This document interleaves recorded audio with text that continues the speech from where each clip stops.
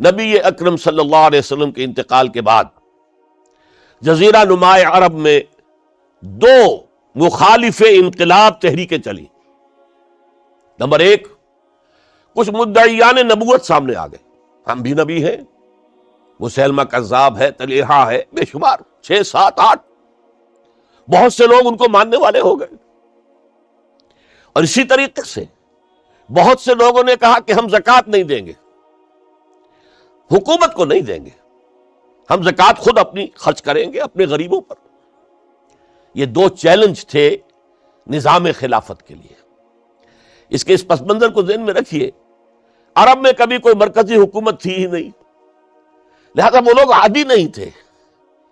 اگر کوئی حکومت پہلے ہوتی تو کوئی ٹیکس ہوتے، پہلے کوئی عادی ہوتے، وہ تو وہاں پر تو کوئی نظام تھا ہی نہیں. انہیں زکوٰۃ بہت بھاری لگ رہی تھی، ہم سے یہ لیا جا رہا ہے، ہماری آمدنی کا ایک حصہ، یہ بہت انہیں کھل رہا تھا، شاخ گزر رہا تھا. اسی طریقے سے عرب کی صورت یہ تھی کہ پورا ملک تقسیم تھا قبائلی، اور ہر قبیلے کا سردار گویا کہ اپنے علاقے کا وہ بے تاج بادشاہ تھا. جیسے آپ کو معلوم ہے افغانستان میں طالبان کے آنے سے پہلے وار لارڈز مختلف علاقوں کے اندر انہوں نے پھاٹک لگا لیے، اپنے علاقے بنا لیے، ہر ایک اپنی جگہ پر، میں خود یہاں کا مالک ہوں، مختار ہوں. اور اب طالبان کے خاتمے کے بعد دوبارہ وہی صورت پیدا ہو گئی، امن و امان ختم ہو چکا ہے، وار لارڈز ہیں، ان کے اپنے علاقے ہیں. تو ان کے لیے ظاہر بات ہے کہ وہ دبک تو گئے تھے جب ان کی پیش نہیں جا رہی تھی، جب وہ مجبور ہو گئے تھے، انہوں نے اطاعت قبول کر لی تھی. اسی لیے ان کے بارے میں سورہ حجرات میں فرمایا گیا قالت الاعراب آمنا، یہ بدو کہہ رہے ہیں ہم ایمان لے آئے. قل، اے نبی ان سے کہہ دیجئے، لم تؤمنوا، تم ایمان نہیں لائے ہو، ولکن قولوا اسلمنا، یوں کہو کہ ہم نے اطاعت قبول کر لی ہے، ہم اسلام لے آئے ہیں. ولما يدخل الايمان في قلوبكم، ابھی تک ایمان تمہارے دلوں میں داخل نہیں ہوا. یہ سب کا معاملہ نہیں تھا، لیکن اکثر کا معاملہ تھا. ان میں مومنین صادقین بھی تھے، لیکن اکثر کا معاملہ یہ تھا. یہی وجہ ہے، دیکھیے جیسے قرآن مجید کی صورت نازل ہوئی تھی تکمیل انقلاب کے بعد، اذا جاء نصر اللہ والفتح ورأیت الناس يدخلون فی دین اللہ افواجا، جب اللہ تعالیٰ کی نصرت اور مدد آ گئی اور فتح حاصل ہو گئی، اور حضور کو اور صحابہ کو جزیرہ نما عرب کے اندر غلبہ حاصل ہو گیا، اب لوگ فوج در فوج آ رہے ہیں، اطاعت قبول کر رہے ہیں، دائرہ اسلام میں داخل ہو رہے ہیں. لیکن نوٹ کیجئے حضور کے انتقال کے بعد جو یہ دو کاؤنٹر ریولوشنری موومنٹس اٹھی، ایک جھوٹے مدعیان نبوت اور ایک منکرین زکوٰۃ، ان کے نتیجے میں تقریباً تو پورا عرب مرتد ہو گیا. یخرجون من دین اللہ افواجا، اب فوج در فوج وہ اللہ کے دین سے نکل گئے، یہاں تک کہ اسلام صرف ملک حجاز، تھوڑا سا علاقہ، اس کے بھی بڑے شہروں تک محدود رہ گیا. یہ خطرناک صورتحال تھی جس سے کہ حضرت ابو بکر صدیق رضی اللہ تعالیٰ عنہ کو سابقہ پیش آیا. وہ اگرچہ ایک بڑے نحیف الجسم، بڑے رقیق القلب انسان تھے، بہت رحیم اور شفیق، حضور کی شخصیت کا عکس کامل تھے. جیسے حضور کی طبیعت میں نرمی، رقت، شفقت، رحمت، ایسے ہی ان. لیکن جب ذمہ داری کا بوجھ آیا ہے، چیلنج آیا ہے تاریخ کا، اس وقت معلوم ہوا کہ ان کی تو شخصیت آہنی ہے، بڑی قوی، بہت مضبوط. ان کا عزم، ان کی ہمت، ان کا استقلال، ان کا اللہ پر توکل. اس موقع پر میں آپ کو بتاتا ہوں، بہت سے لوگوں نے مشورہ دیا تھا کہ مصلحت کا تقاضا ہے کہ کئی محاذ نہ کھولیے بیک وقت. مسلمانوں کے دل پہلے ہی زخمی ہیں حضور کے انتقال کی وجہ سے. پھر حضور نے ایک جیش اسامہ تیار کیا تھا، ہم نے چاہا تھا کہ آپ اسے روک دیں، آپ نے کہا نہیں، جو لشکر حضور نے تیار کیا ابو بکر اسے نہیں روکے گا، وہ گیا. پھر جو مدعیان نبوت ہوئے وہ تو یقیناً کافر ہو گئے، لہذا ان سے بھی قتال کرنا پڑے گا. کم سے کم منکرین زکوٰۃ کے ضمن میں نرمی کیجئے. انہوں نے کفر نہیں کیا، کلمہ شہادت پڑھتے ہیں، نماز کا انکار نہیں کیا، زکوٰۃ کا بھی انکار نہیں کیا، یہ کہا کہ ہم آپ کو نہیں دیں گے، اپنی زکوٰۃ جمع کریں گے، اپنے ہی غریبوں میں تقسیم کر دیں گے۔ لیکن حضرت ابو بکر اور یہاں تک کہ حضرت عمر نے مشورہ دیا کہ مصلحت کا تقاضا ہے کہ مانعین زکوٰۃ کے ساتھ نرمی کی جائے۔ حضرت ابو بکر نے فرمایا عمر تم ایام جاہلیت میں تو بڑے سخت تھے، بڑے مضبوط تھے، بہت طاقتور تھے، خدا کی قسم اگر یہ زکوٰۃ میں حضور کے زمانے میں اونٹ کے ساتھ اونٹ کو باندھنے والی رسی بھی دیتے تھے، اور اب اگر یہ کہیں گے کہ اونٹ لے جاؤ رسی نہیں دیں گے، تب بھی میں قتال کروں گا، اس لیے کہ ایبدل الدین وانا حی، کیا دین میں ترمیم کر دی جائے گی جبکہ میں زندہ ہوں؟ ابو بکر کے جیتے جی یہ نہیں ہو سکتا۔ لہذا ہم دیکھتے ہیں تاریخ کے اندر، کیونکہ صدیقیت بہت اعلیٰ مقام ہے، نبوت کے بعد کا درجہ صدیقین، پھر شہداء، پھر صالحین، اور یہ ہے صدیق اکبر، افضل البشر بعد الانبیاء بالتحقیق، ابو بکر صدیق۔ سال 1.5 کے اندر دونوں فتنوں کی سرکوبی کر دی گئی، کنسولیڈیٹ ہو گیا انقلاب دوبارہ، اس میں ہزاروں صحابہ کرام کی جانیں گئی ہیں۔ ایک جنگ یمامہ مشہور ہے، مسیلمہ کذاب کے خلاف 500 حفاظ اس جنگ میں شہید ہو گئے۔ تشویش ہو گئی کہ اگر حفاظ جو ہے اس طرح شہید ہو گئے تو کہیں قرآن گم نہ ہو جائے، ضائع نہ ہو جائے، کتابی شکل میں تو تھا ہی نہیں، وہ تو سینوں میں محفوظ تھا، اس لیے تجویز پیش کی گئی کہ اب اسے کتابی شکل میں، جیسے ایک کتاب 2 جلد کے گتوں کے مابین ہوتی ہے، مابین دفتین مرتب کر دیا جائے۔ تب یہ کام کیا گیا۔ بہرحال پہلا مرحلہ یہ تھا کہ کاؤنٹر ریولوشنری موومنٹس، چونکہ ابھی انقلاب صرف عرب میں آیا تھا اور عرب ہی کے اندر سے کاؤنٹر ریولوشنری موومنٹس ابری، جھوٹی نبوت اور مانعین زکوٰۃ کی شکل میں، اور حضرت ابو بکر رضی اللہ تعالی عنہ نے اپنی عظیمت کا ثبوت دیتے ہوئے ان دونوں موومنٹس کو کچل کر رکھ دیا، اور انقلاب اسلامی کو اثر نو کنسولیڈیٹ کر کے پھر قیادت حکم خداوندی کی روح سے کہ ان کے انتقال کا وقت آ گیا تو حضرت عمر فاروق کو نامزد کر کے ان کے سپرد کر دی رضی اللہ تعالی عنہ۔ حضرت فاروق، عمر فاروق رضی اللہ تعالیٰ عنہ کا عہد خلافت، یہ اسلام کے ایکسپینشن کا دور ہے۔ اب جو وہ انٹرنل ڈفتی ختم ہو گئی، انٹرنلی کنسولیڈیٹ ہو گیا انقلاب محمدی صلی اللہ علیہ وسلم، لہذا پوری طاقت کے ساتھ اب 3 لشکر نکلے ہیں، مشرق کے لیے، شمال کے لیے، مغرب کے لیے، اور فتوحات کا دائرہ شروع ہوا۔ 10 برس حضرت عمر رضی اللہ تعالیٰ عنہ کے خلافت کے وہ ہیں، نوٹ کیجئے، جس میں ایک سلطنت 2 سپر پاورز اس وقت کی تھی، کئی 100 سال سے چلی آ رہی تھی، 2 سپر پاورز، اور دونوں جزیرہ نماء عرب کے سر پر بیٹھی ہوئی تھی۔ سلطنت ایران، عراق سے ہو کر سلطنت ایران، کہ خسرو کے زمانے سے، ذوالقرنین کے زمانے سے عظیم مملکت تھی، سپر پاور۔ دوسری طرف سلطنت روما، دی رومن امپائر، 3 بر اعظموں کو محیط تھی۔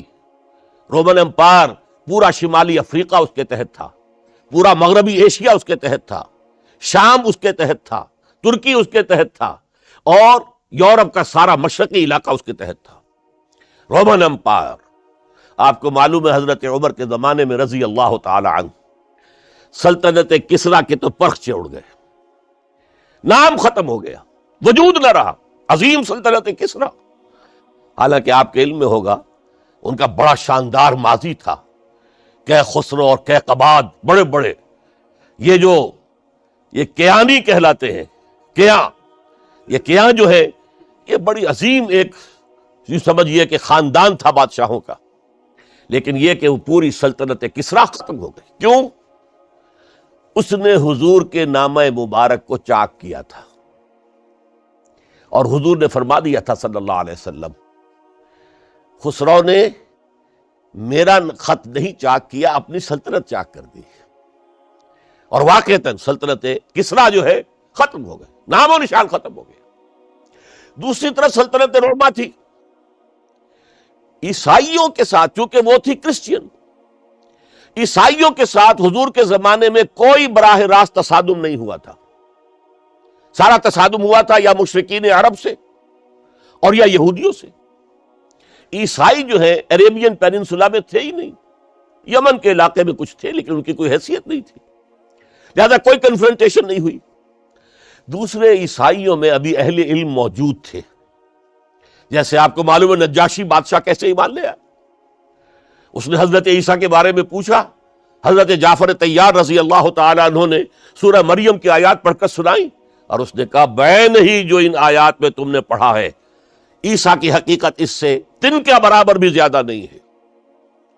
اسی طرح ہرقل نے جب اس کو حضور کا نامہ مبارک پہنچا، اس نے جو بھی پیغامبر آئے تھے ایلچی ان کا اکرام کیا، احترام کیا. وہ عالم تھا، جان گیا کہ یہ نبی آخر الزمان ہے، چاہتا تھا کہ میں ایمان لے آؤں بشرطے کہ میرے سارے درباری سپہ سالار بھی ایمان لے آئیں. جیسے کہ سن 300 عیسوی میں پوری رومن امپائر نے عیسائیت اختیار کی تھی، اس سے پہلے وہ بت پرست تھے.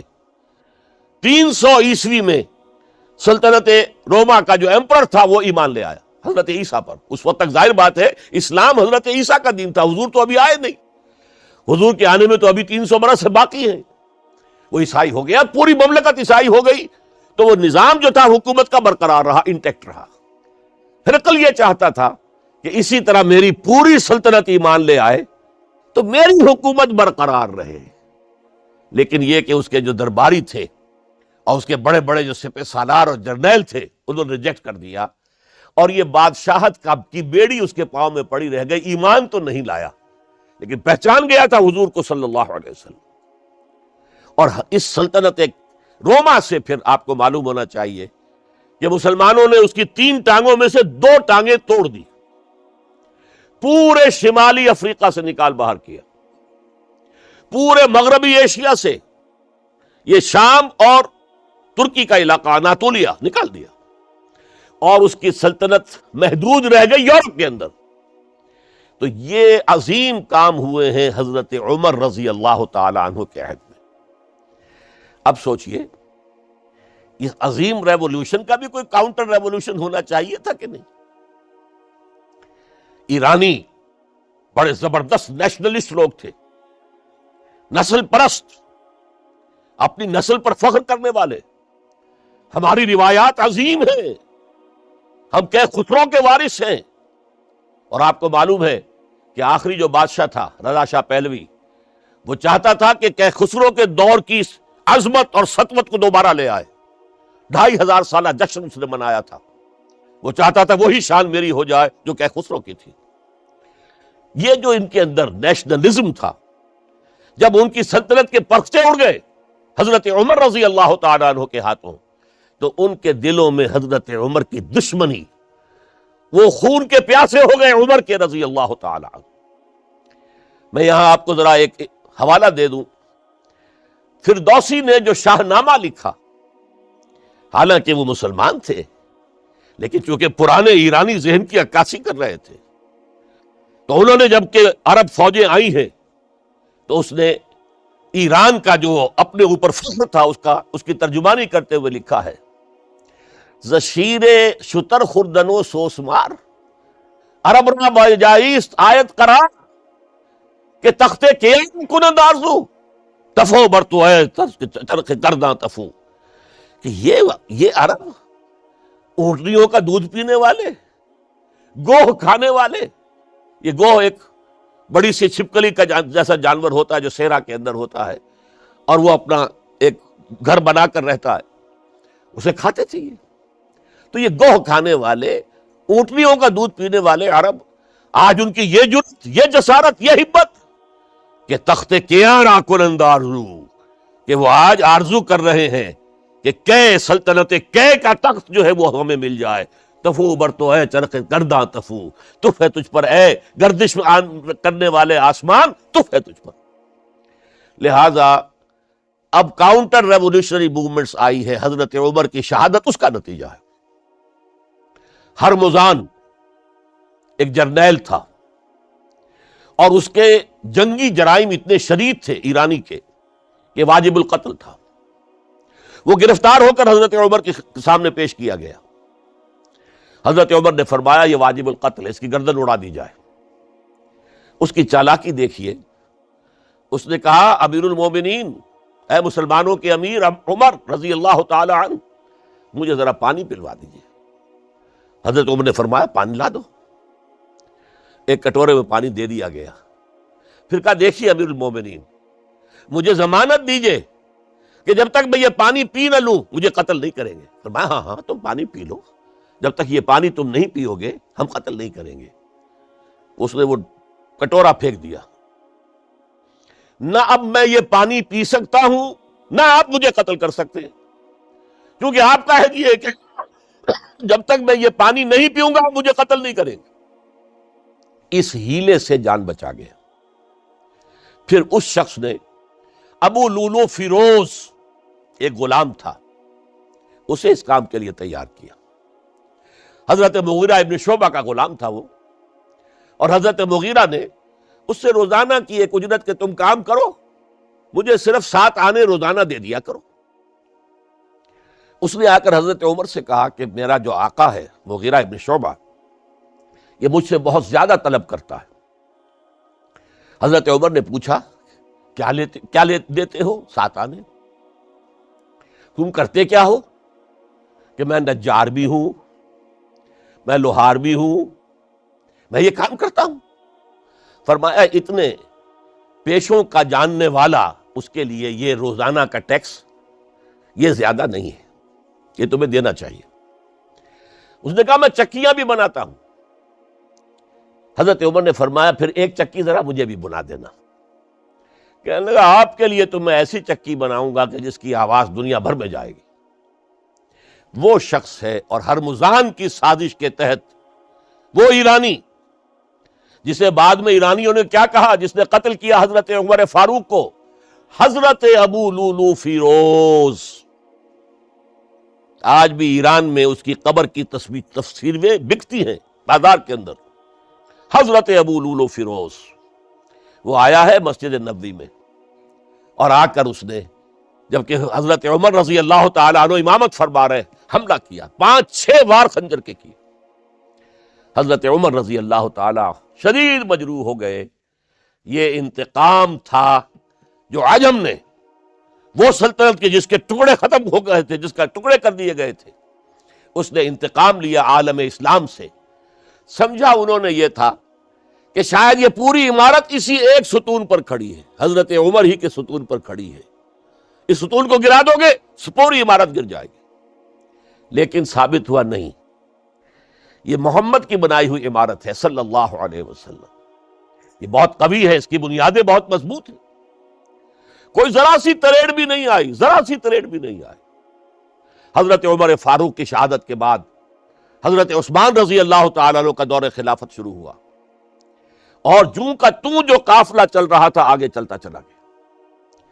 حضرت عثمان رضی اللہ تعالیٰ عنہ کے بارے میں بہت قیل و قال ہے، ان پر تنقیدیں بھی کی، اپنوں نے بھی کی ہیں، دشمنوں نے بھی کی ہیں. لیکن بات جان لیجئے، یہ تاثر غلط ہے کہ ان کے پورے دور خلافت کے اندر فتنہ رہا یا ہنگامہ رہا. قتل غلط. 10 برس خلفائے راشدین میں طویل ترین دور خلافت حضرت عثمان کا ہے رضی اللہ تعالیٰ عنہ. 12 برس. حضرت ابو بکر کے تو 2.25 برس تھے، حضرت عمر کے 10 برس تھے، ان کا 12 برس. اور 12 میں سے 10 سال ایسے تھے بعین ہی جیسے حضرت عمر کے 10 سال تھے. امن و امان ہے، سکون ہے، چین ہے، اور قافلہ اسلام بڑھ رہا ہے، فتوحات کا دائرہ بڑھتا چلا جا رہا ہے، فتوحات سیلاب کے مانند آگے بڑھ رہی ہیں. تھنتا نہ تھا کسی سے سیل رواں ہمارا یہ سیل رواں کوئی روکنے والی کوئی طاقت دنیا میں رہی نہیں تھی. کسرا ختم، سلطنت ایران ختم، اور دوسری سپر پاور سلطنت روما، اس کی 3 میں سے 2 ٹانگیں توڑ دی گئی، 1 رہ گئی. اب کون تھا؟ خارج میں کوئی طاقت نہیں تھی جو اسلام کے اس سیلاب کو اور پوری نوع انسانی پر اتمام حجت اور اللہ کے دین کو پہنچانے کے راستے میں رکاوٹ بن سکتی ہے. اب ایک فتنہ اٹھا.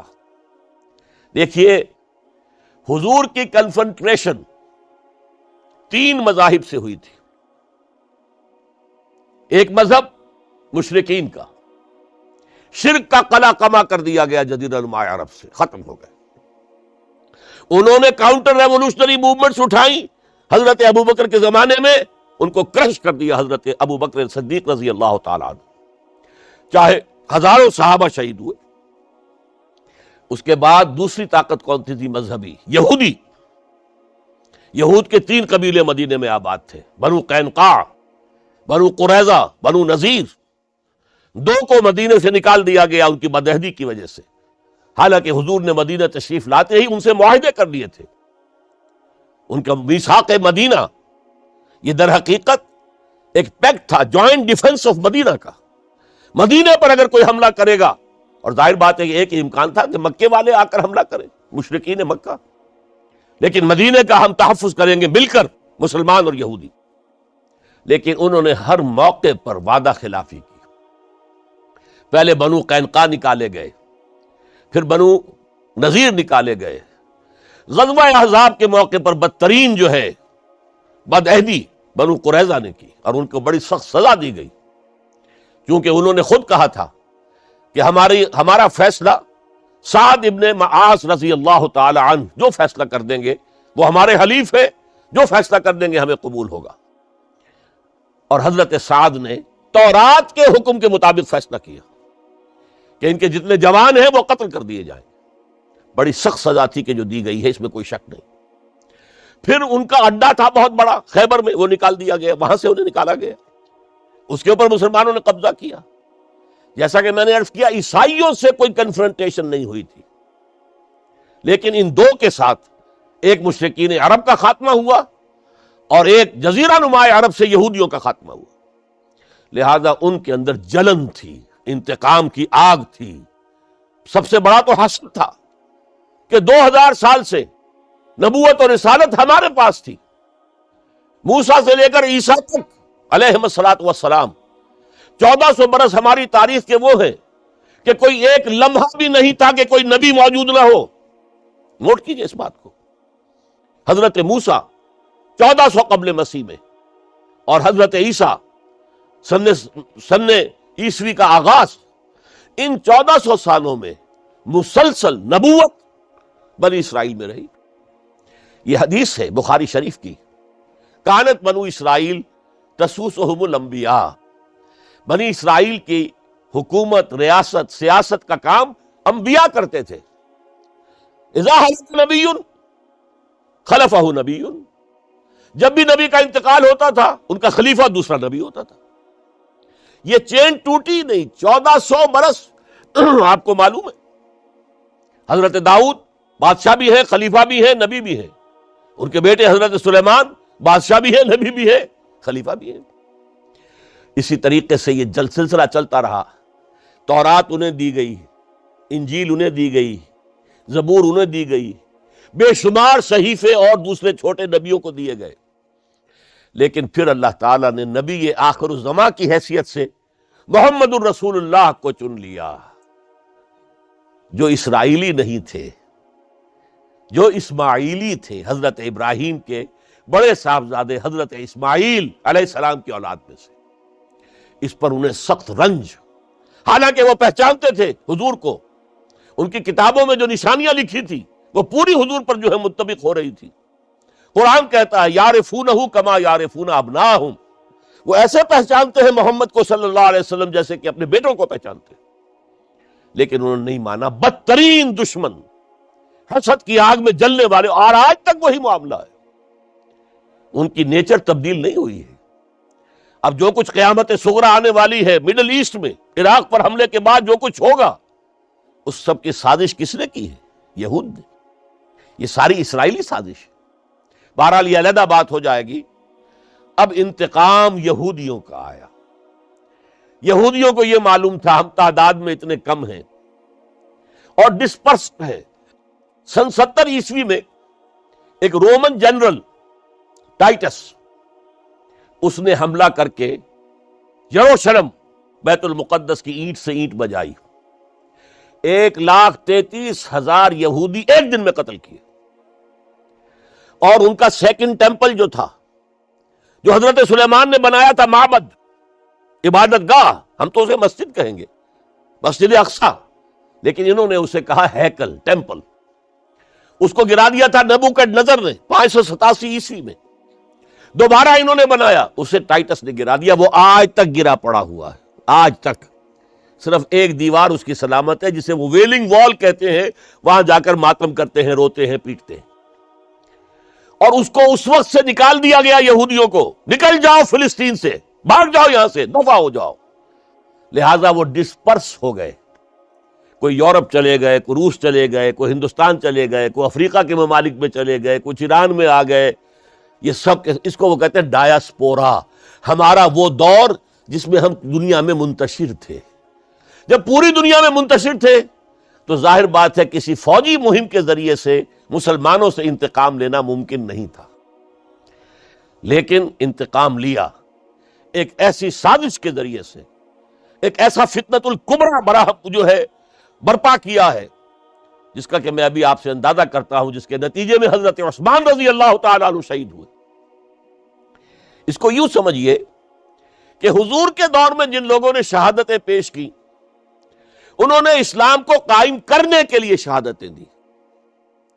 اب دور خلافت راشدہ میں جو شہادتیں پیش کی گئیں، وہ اسلام کو قائم رکھنے کے لیے، جو عمارت بن گئی ہے اب گرنے نہ پائے، اسے دشمن گرا نہ دے، اس ڈیفنس کے اندر، اس تحفظ کے اندر جانے دی، ہزاروں نے دی۔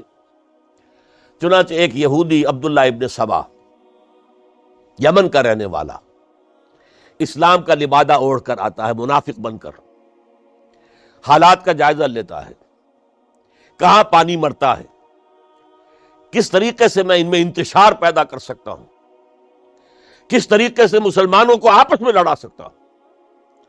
اس نے آ کر، دیکھیے تاریخ کے اندر اس سے پہلے بھی ہوا تھا، حضرت عیسیٰ کے دین، اصل دین کو ختم کرنے والے سینٹ پال، جب تک حضرت مسیح دنیا میں تھے، سینٹ پال بدترین دشمن تھا حضرت عیسیٰ کا، لیکن جب حضرت عیسیٰ کو اٹھا لیا گیا رفع سماوی کے بعد، وہ عیسائیت کا لبادہ اوڑھ کر آ گیا۔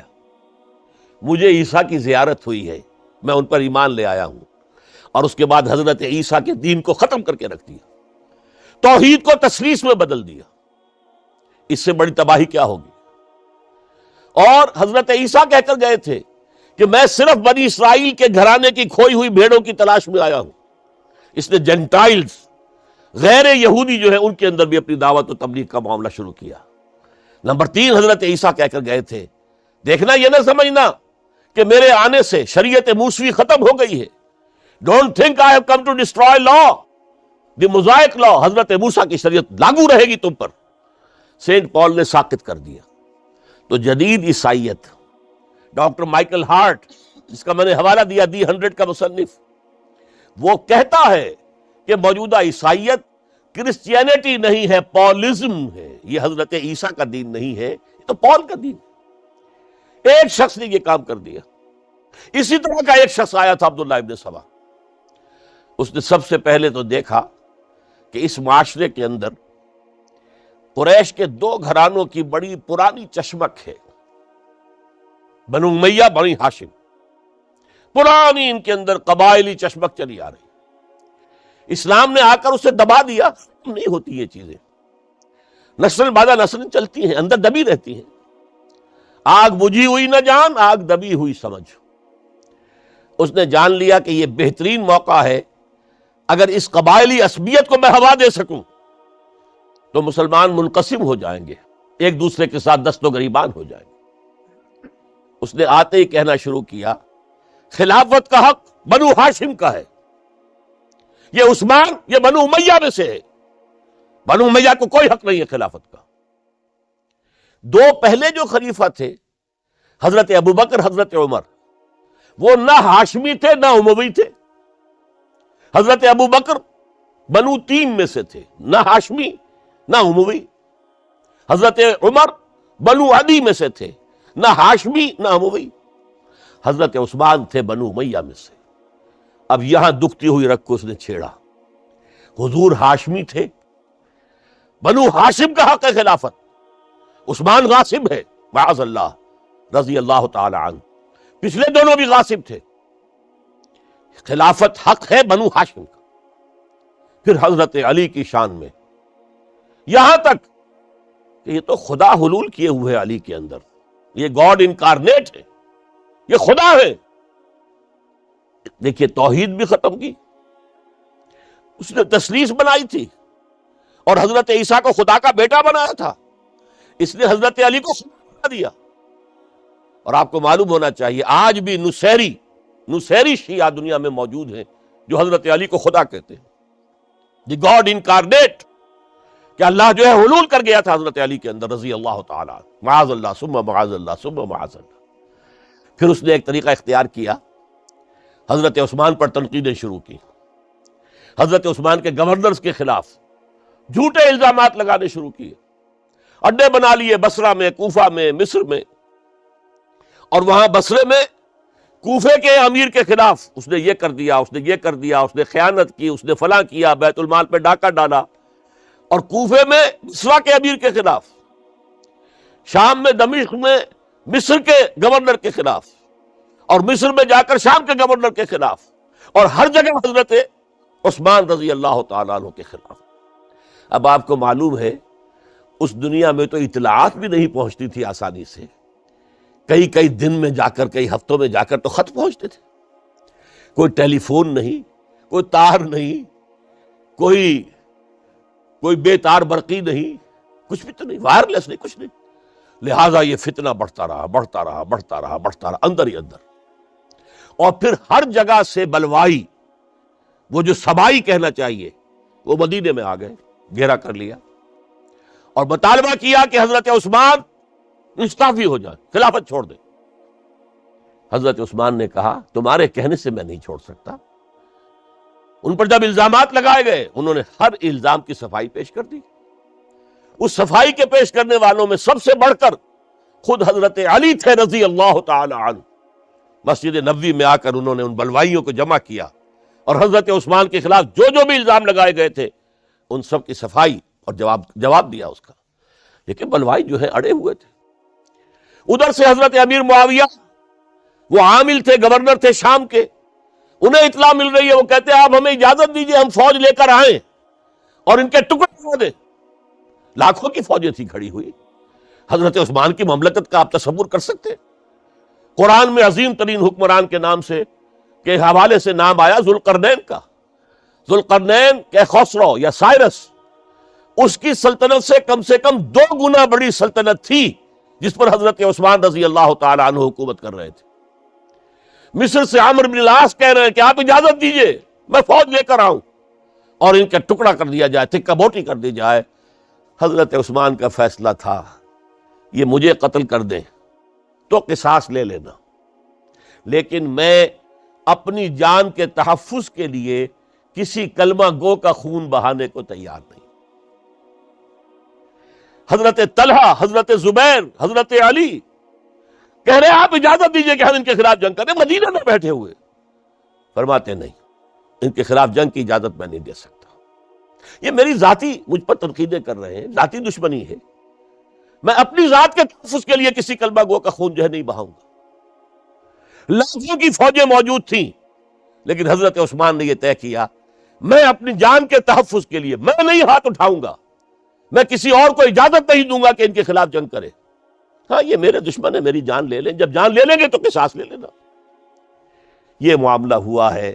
اور پھر نہایت ہی بے رحمی کے ساتھ، نہایت بے رحمی کے ساتھ اور نوٹ کیجئے حضرت علی کے دونوں صاحبزادے حضرت حسن، حضرت حسین رضی اللہ تعالی عنہم اجمعین، وہ حضرت عثمان کے دروازے پر پہرا دے رہے ہیں کہ کوئی بلوائی، کوئی حضرت عثمان کو قتل کرنے کے ارادے سے گھر میں داخل نہ ہو سکے. وہ گھر کے پچھواڑے سے دیوار پلانگ کر آئے ہیں اندر، اور حضرت عثمان جب قرآن پڑھ رہے تھے اس حالت میں انہیں شہید کیا ہے. ان کی بیوی نائلہ نے ہاتھ آگے کیا ہے روکنے کے لیے تو ان کی انگلیاں کٹ گئیں، اور انگلیوں کا خون جو ہے اس مصحف پر قرآن مجید میں اس صفحے کے اوپر حضرت عثمان کے خون کے دھبے لگ گئے. یہ حالات ہوئے حضرت عثمان کی شہادت کے کہ انہوں نے چاہا وہ نظام قائم رہے. یہودیوں کا انتقام، یہودیوں کی سازش، اور ایسی سازش ہے کہ جس کے نتیجے میں اس کو کہا گیا الفتنۃ الکبریٰ، عظیم ترین سانحہ، عظیم ترین فتنہ۔ اور اس کے بعد جو خانہ جنگی ہوئی ہے، حضرت علی رضی اللہ تعالی عنہ اس کے بعد خلافت قبول کرنے کو تیار نہیں تھے، حضرت طلحہ قبول کرنے کو تیار نہیں تھے، کوئی بھی تیار نہیں۔ کیوں؟ یہ بلوائی ہے اس وقت یہاں پر، یہ کہہ رہے ہیں کہ تم خلیفہ بن جاؤ، تو جو بھی اس وقت خلیفہ بنے گا وہ ان کے ہاتھ میں کٹ پتلی بن جائے گا۔ بالآخر حضرت علی نے، ظاہر بات ہے کہ امت کو بغیر امام کے تو نہیں چھوڑا جا سکتا، بغیر امیر کے نہیں ہوگا تو شیرازہ منتشر ہو جائے گا۔ اب جو ہونا تھا ہو گیا، حضرت عثمان شہید ہو گئے رضی اللہ تعالی عنہ، لیکن بہرحال اب امت کا نظم تو قائم رکھنا ہے نا۔ حضرت علی نے بیعت قبول کر لی رضی اللہ تعالی عنہ، لیکن حضرت امیر معاویہ، عمرو بن العاص، ان دونوں نے کہا کہ حضرت علی اگر حضرت عثمان کے خون کا قصاص لے لیں، قاتلان عثمان کو اگر قتل کریں تو ہم بیعت کریں گے، ہم مدعی خلافت نہیں ہے، خلافت علی کی ٹھیک ہے رضی اللہ تعالی عنہ، لیکن سب سے پہلا مطالبہ ہمارا یہ ہے کہ حضرت عثمان کے خون کا قصاص لیا جائے۔ حضرت علی رضی اللہ تعالیٰ عنہ کے لیے بعض وجوہ سے ایسا کرنا ممکن نہیں ہوا۔ نتیجہ کیا نکلا؟ سب سے زیادہ اندوہناک اسلامی تاریخ کا یہ دور ہے۔ حضرت علی کے دور خلافت میں باہمی خانہ جنگی رہی مسلسل۔ جنگ جمل حضرت عائشہ صدیقہ کمانڈ کرتی ہوئی آئی ہیں، طلحہ اور زبیر ان کے ساتھ ہیں، اور اگرچہ حضرت علی رضی اللہ تعالیٰ عنہ کے ساتھ ان کی صلح ہو گئی، لیکن وہ جو بلوائی تھے، جو چاہتے نہیں تھے کہ امن ہو، وہ تو در حقیقت اسلام کے حصے بکھرے کرنے کے لیے آئے تھے، اسلام کی مملکت کو تباہ کرنے آئے تھے۔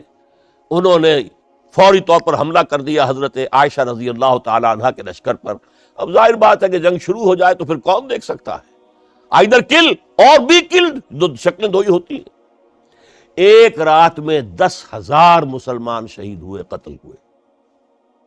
الفتنۃ الکبریٰ، عشرہ مبشرہ میں سے حضرت طلحہ، حضرت زبیر دونوں شہید ہو گئے۔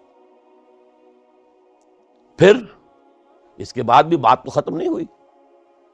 حضرت معاویہ رضی اللہ تعالی عنہ وہ فوج لے کر آئے۔ پھر جنگ صفین، جنگ صفین، جنگ صفین، 64,000 مسلمان ایک دوسرے کی تلواروں سے اور ایک دوسرے کے نوزوں سے ختم ہو گئے۔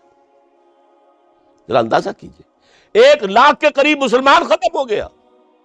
نہ یہودی کو کچھ کرنے کی ضرورت پیش آئی، نہ کسی اور کو کوئی حملہ کرنے کی ضرورت پیش آئی، آپس میں خانہ جنگی۔ 4.5 برس حضرت علی رضی اللہ تعالی عنہ ان کا دور خلافت ہے، پورا کا پورا باہمی خانہ جنگی کی نظر ہو گیا۔ اس میں حضرت علی پر معاذ اللہ کوئی الزام نہیں، رضی اللہ تعالی عنہ وکرم اللہ وجہہ، وہ امام حق تھے، لیکن یہ ہے کہ ان کا بے بس ہو گئے تھے، لاچار ہو گئے تھے، حالات پر کنٹرول نہیں ہو رہا۔ اسی جنگ صفین کے اندر جب ایک تجویز پیش کی گئی کہ لڑنے بھڑنے کی بجائے حکم مان لو، جیسے قرآن مجید میں آیا ہے کہ میاں اور بیوی کے درمیان اختلاف ہو جائے تو فَبَعْثُوا حَكَمًا مِّنْ أَهْلِهِ وَحَكَمًا مِّنْ أَهْلِهَا، ایک حکم لڑکے والوں کی طرف سے، ایک حکم لڑکی والوں کی طرف سے مقرر کر لو، وہ آپس میں معاملہ طے کرائیں۔ لہذا تحکیم کی تجویز کی گئی۔ حضرت علی نے یہ تجویز پیش کی گئی عمرو بن العاص رضی اللہ تعالیٰ عنہ کی طرف سے، جو حضرت معاویہ کے ساتھی تھے۔ حضرت علی اس تحکیم کو قبول نہیں کرنا چاہتے تھے، جانتے تھے کہ یہ ایک چال ہے جس میں میں آ رہا ہوں، لیکن بالآخر آپ نے وہ قبول کر لیا۔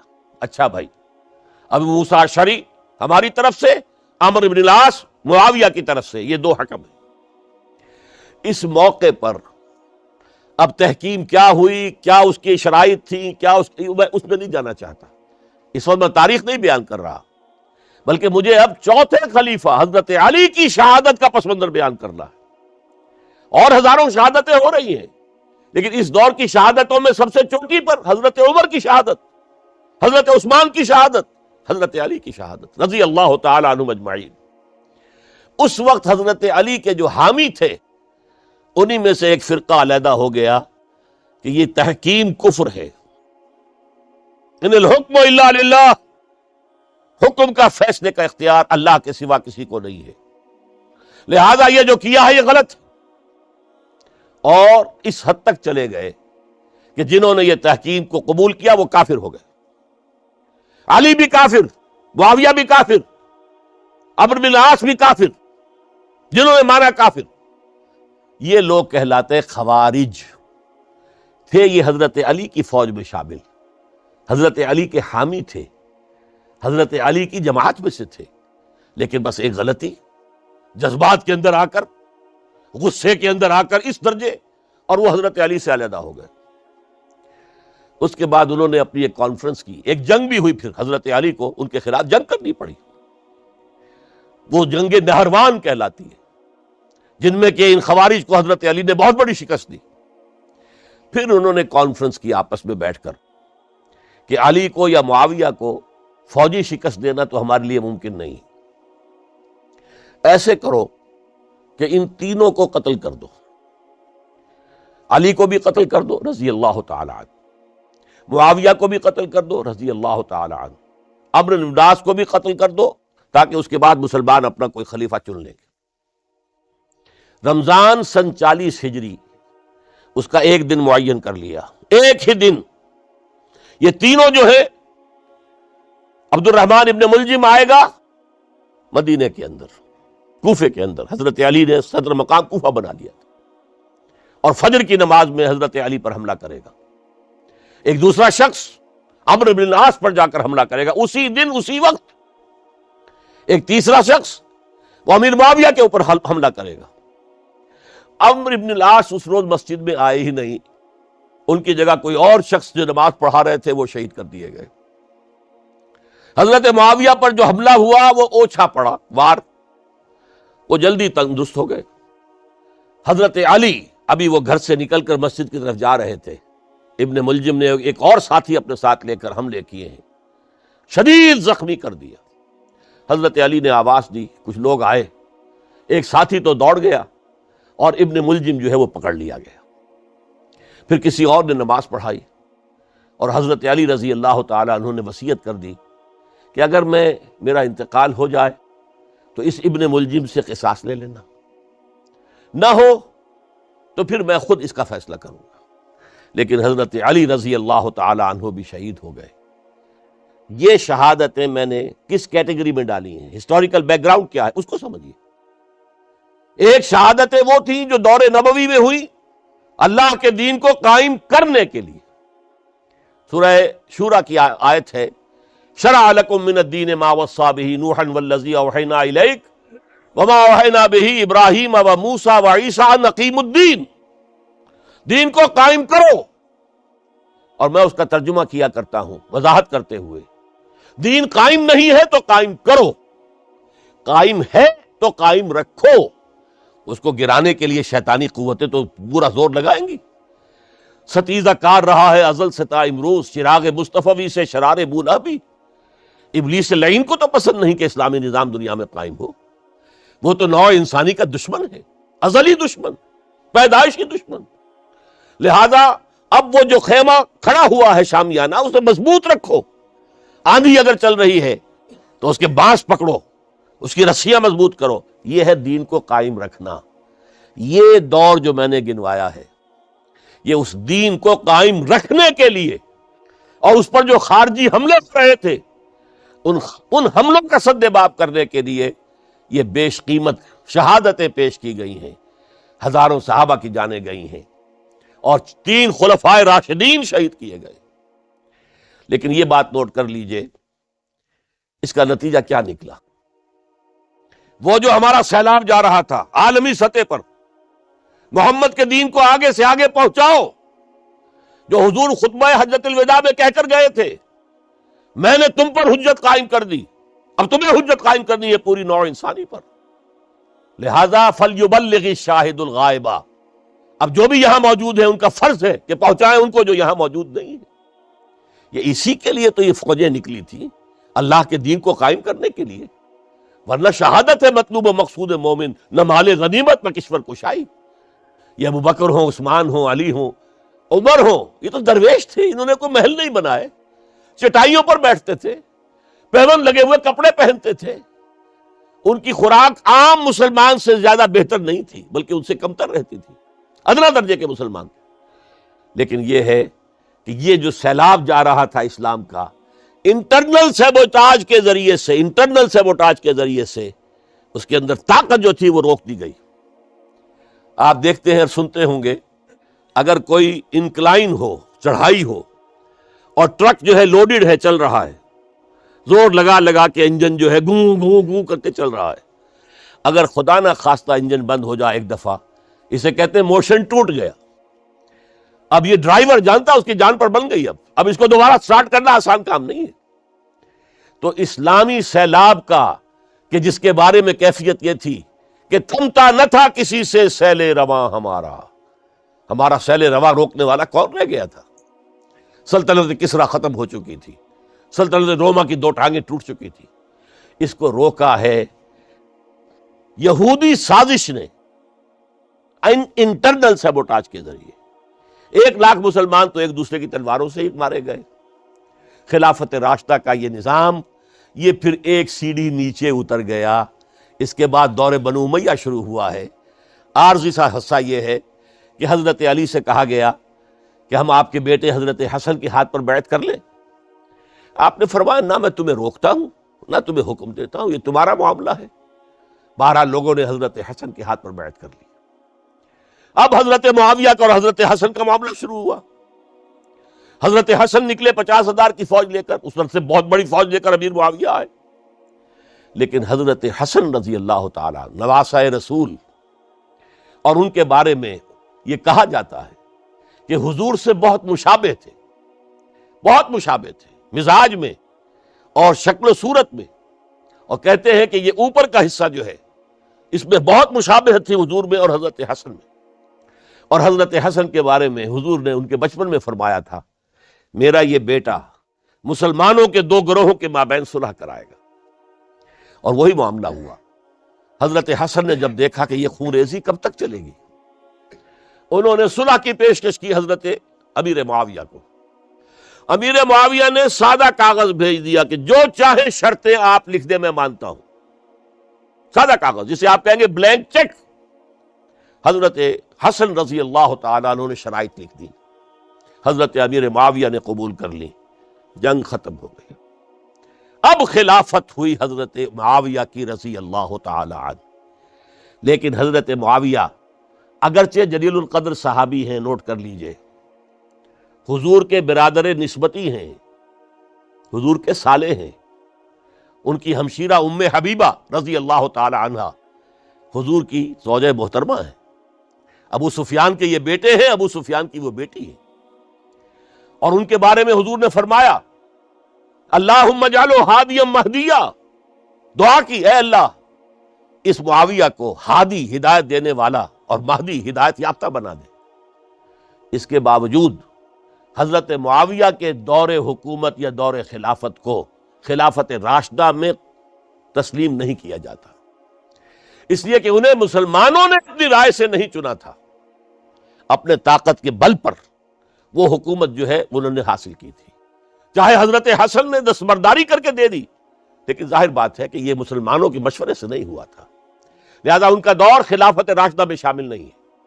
خلافت راشدہ ابو بکر، عمر، عثمان، علی اور مزید شامل کرنا ہو تو 6 مہینے حضرت حسن کے رضی اللہ تعالی عنہ، وہ بھی طاقت کے بل پر نہیں آئے تھے، مسلمانوں نے انہیں چنا تھا۔ یہ 30 برس بنتے ہیں، اور یہ 30 برس کی خلافت راشدہ کی داستان ہے جو میں نے آج آپ کے سامنے رکھی، اور اس دوران جن مسلمانوں نے اس نظام کو قائم رکھنے کے لیے جانیں دی ہیں، میں نے ان کی شہادت کا تذکرہ کیا۔ اقول قولی ھذا واستغفر اللہ لی ولکم ولسائر المسلمین والمسلمات۔